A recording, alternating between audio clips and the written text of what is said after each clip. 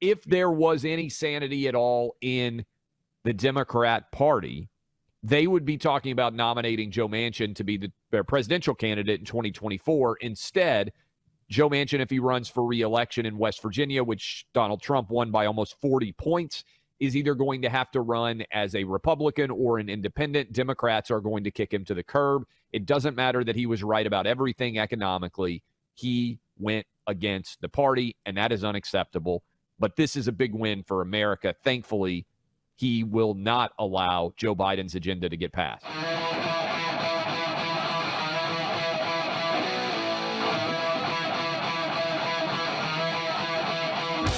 I want to talk about some positive news, Buck.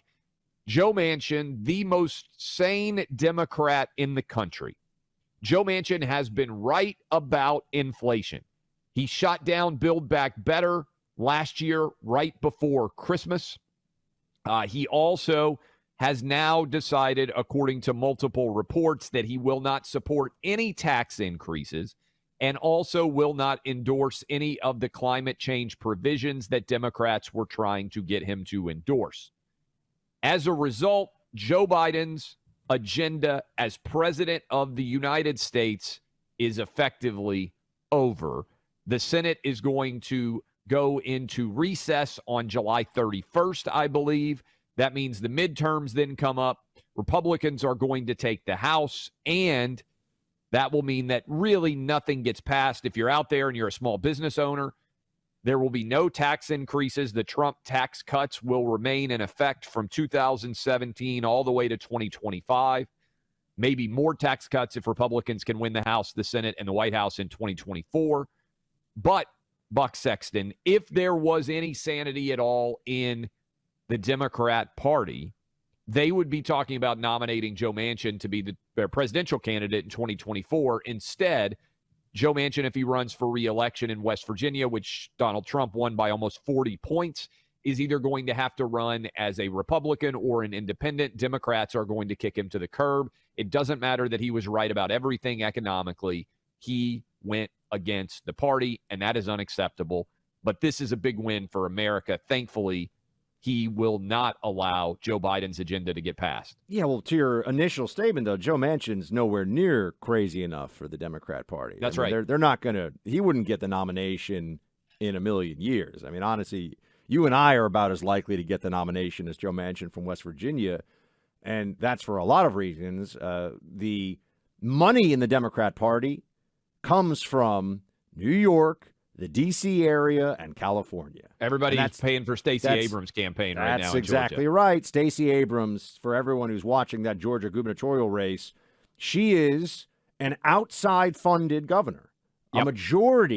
A huge majority of her money is coming from people who live in those three places, New York, the D.C. area, so that's Washington, D.C., and then those northern suburbs of Virginia that are among the wealthiest per capita counties like Loudoun and Fairfax in the country, and then obviously California. So you have to be a pro-abortion 9 months of a pregnancy, climate change lunatic, January 6th was an insurrection, BLM supporting, double-masked leftist, to get money from those places, which you would need to be competitive, right? So that's why, to the point about how the Democrat Party's gone effectively crazy. They've always had the crazies, just so we, there were crazies in the Democrat Party stretching back for the last 20 years. But now what we've seen is that they're actually calling the shots. And people say, well, what about Joe Biden? Exactly.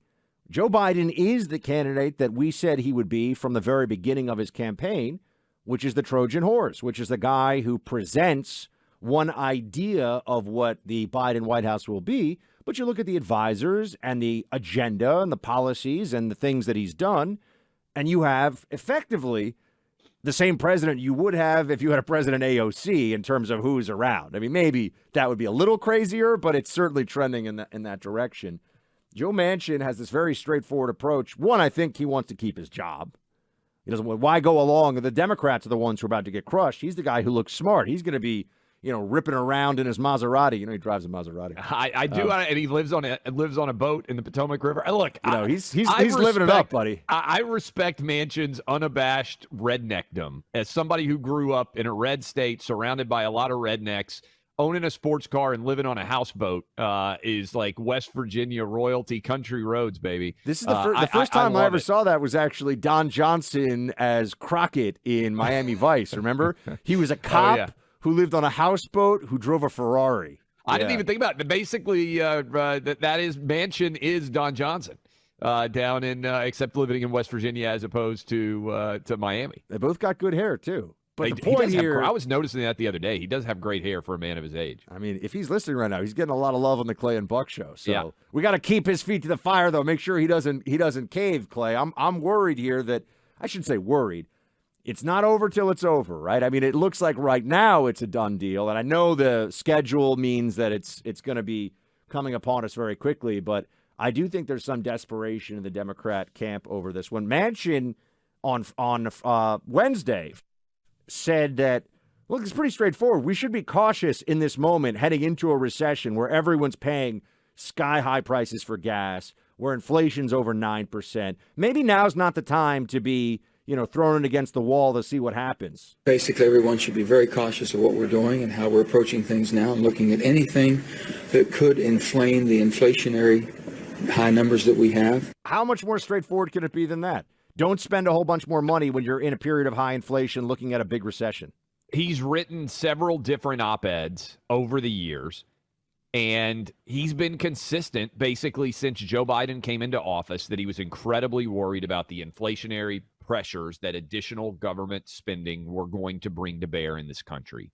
And he's been proven time after time to be right. And we should mention, and this is something else that Republicans should be hammering on the campaign trail this fall, Joe Biden's agenda is a disaster, what he's actually accomplished. We would be in the midst of a near inflation apocalypse if Joe Biden had been able to pass his Build Back Better agenda. So as bad as things are by Joe Biden, don't allow him to argue that the reason things are bad is because his agenda didn't get passed. The reason why things aren't worse is because Manchin and Sinema stood up and refused, along with all of the Republicans in the Senate, to allow this agenda to be passed. Inflation can destroy an economy. It can destroy a country, actually. If you look throughout history, fiat currencies, as a general rule, have a very, very troubling pattern of eventually crashing into oblivion. And inflation in any number of periods in history has brought down governments, has brought down societies, has led to major conflicts. I mean, inflation is no joke, friends, right? I mean, we're dealing with inflation that hurts, but if you just keep pushing, they thought, Clay, it was modern monetary theory that we're effectively doing. They just weren't calling it that. And some people are saying, well, hold on, that's a great idea, except it's a crazy idea because you'll actually debase your currency. And for people who don't know what that is, modern monetary theory, effectively they were arguing we can spend as much money as we want and there are no consequences. That basically, in essence, is the idea behind modern monetary theory. The Bernie advisors and the people that will talk about MMT would claim that you spend the money that is socially necessary and then you manage inflation on the backside. The problem with that is what is necessary, right? I mean, this is if you think that there's no real risk because you can always, if you believe you can control the inflation on the backside of this, well, then why not just spend what you want to spend? Because you can control. The problem is, Clay, they can't control it. The problem is there are actual market forces that are at work that go beyond the dictates of the government. And this is why, when you see countries that have super high inflation, what are some of the things they start to do? I mean, you had this in Venezuela. They start saying, well, no, the price of that dishwasher is half what the actual price is in our currency. That's right. And then that makes everything worse. And then people go to the black market. And then the government actually creates the problem. And then in telling people they'll fix the problem, they take away more individual rights, including property rights, of course. And they make the whole situation a worse situation by spending money. Because this is where the government is effectively operating a printing press in response to the overuse of the printing press. And it's sadly what Joe Biden tried to do when he said, I'm calling on all you gas stations to lower the price of gas we're in a battle with Ukraine. And this is what we talked about yesterday. The average Biden economic advisor has 2.4 years of actual experience in business. That is a scintilla. They don't understand basic market forces. And anyone out there, you want to know why Venezuelans are overwhelmingly voting Republican. You want to know why so many people from Latin American countries and South Florida are such massive supporters of Republicans. It's because they know what bare shelves look like. They know what it's like to go into Cuba where the government is artificially saying, hey, you have to charge this. You can't run a business that requires you to sell products for less than you have to pay to acquire them.